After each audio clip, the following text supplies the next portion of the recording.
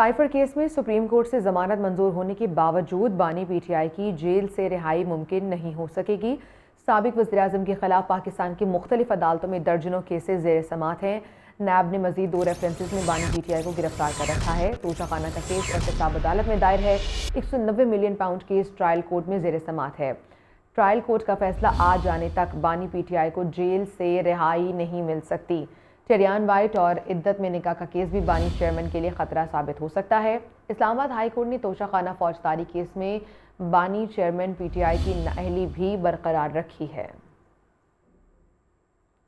Cipher case में supreme court से जमानत मंजूर होने के बावजूद बानी पीटीआई की जेल से रिहाई मुमकिन नहीं हो सकेगी। साबिक वज़ीर-ए-आज़म के खिलाफ पाकिस्तान की मुख्तलिफ अदालतों में दर्जनों केसेस ज़ेर समात हैं। नैब ने मजीद 2 रेफरेंसेस में बानी पीटीआई को गिरफ्तार कर रखा है। तोशाखाना का केस एहतसाब अदालत में दायर है। सिद्दीक साजिद हमारे साथ मौजूद है, तफसीलात उनसे जानेंगे। सिद्दीक, मजीद कौन कौन से केसेस हैं जिनमें बानी पीटीआई के लिए जो केसेस खतरा साबित हो सकते हैं? जी देखिए, ये जमानत एक आर्जी रदीफ है, क्योंकि इमरान खान जो बानी पीटीआई हैं और जो शाह महमूद कुरैशी हैं, शाह महमूद कुरैशी के ऊपर तो इस हवाले से कोई और केस नहीं है, लेकिन जो बानी पीटीआई है इनके ऊपर जो है वो एक जो केस है वो तो 190 मिलियन पाउंड का वो केस मौजूद है और तोशाखाना का, और इन दोनों केसेस के ऊपर जो है वो उनकी जो गिरफ्तारी है वो पहले ही पड़ी हुई है। जबकि जो 9 मई के हवाले से पंजाब पुलिस है उन्होंने भी गिरफ्तारी डाली हुई है। तो अभी 3 ऐसे केसेस हैं बानी पीटीआई के ऊपर, जो कि अभी उसका मुकदमात का वो सिलसिला जो है वो जारी रहेगा। और आज जमानत के फैसले के बावजूद जो बानी पीटीआई हैं वो अडयाला जेल में ही रहेंगे। जबकि अगर शाह महमूद कुरैशी के ऊपर कोई और केस ना हुआ तो उनकी जमानत जो है वो चूंकि मंजूर हो चुकी है, तो उनकी जो है वो जमानत पर रिहाई के इम्कान ज़ाहिर किया जा रहा है। जी सिद्दीक, जो बाकी केसेस की आप बात कर रहे हैं, जिसमें तोशाखाना का केस है जो एहतसाब अदालत में है, टेरियान वाइट केस है और जो इद्दत वाला भी केस है, उनका भी करंट स्टेटस क्या है? जो इद्दत वाला केस है उसमें तो अभी गिरफ्तारी नहीं डली, लेकिन जो तोशाखाना और 190 मिलियन पाउंड वाले केस हैं इनके ऊपर गिरफ्तारी उनकी डल चुकी है। दूसरा जो 9 मई का वाकया जिसके ऊपर पंजाब पुलिस जिसकी तहकीकात कर रही थी, उन्होंने भी इनकी गिरफ्तारी डाली हुई है, लेकिन चूंकि वो ऑलरेडी जेल के अंदर मौजूद हैं तो उनके वो ये केसेज है वहाँ पे इनके ऊपर जो अदालतों में भी जेर समात है चल रहे हैं, उनमें उनकी जमानत नहीं हुई। तो सिर्फ आज का जो साइफर का केस है उसमें बानी पीटीआई को एक रिलीफ जो है वो मिला है, लेकिन वो इसके बावजूद जो है वो जेल में रहेंगे। लेकिन जिस तरह मैंने आपको बताया कि जो शाह महमूद कुरैशी हैं उनकी तमाम जो दीगर मुकदमात थे उसमें उनकी जमानत जो है वो हो चुकी है। अगर उनके ऊपर कोई और केस ना हुआ तो उनकी जमानत पर रिहाई का जो है वो इम्कान ज़ाहिर किया जा रहा है।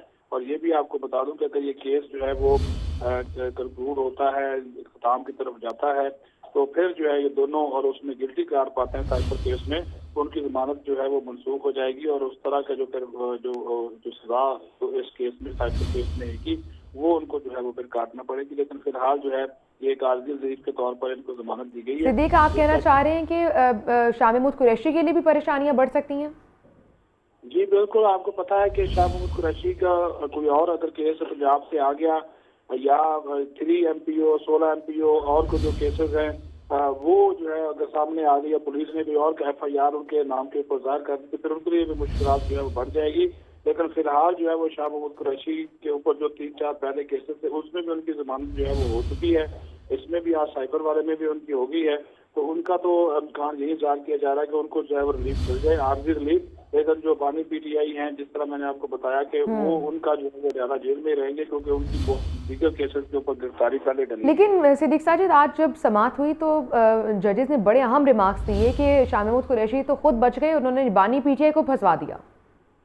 हाँ जी बिल्कुल, उसकी बड़ी वजह जो यही थी, जिस तरह मौजूद चीफ जस्टिस ने भी आज ये बात कही, जो कायम चीफ जस्टिस थे, उन्होंने कहा कि क्योंकि ये वजीर खारजा थे, समझदार थे, इस वजह से इन्होंने साइफर का उस अंदाज में जिक्र नहीं किया बल्कि उसको एक खुफिया डॉक्यूमेंट करार दिया। जबकि जो बानी पीटीआई थे वो मुसलसल न सिर्फ साइफर की जो लैंग्वेज थी उसके ऊपर बात करते रहे बल्कि उसको लहराते रहे।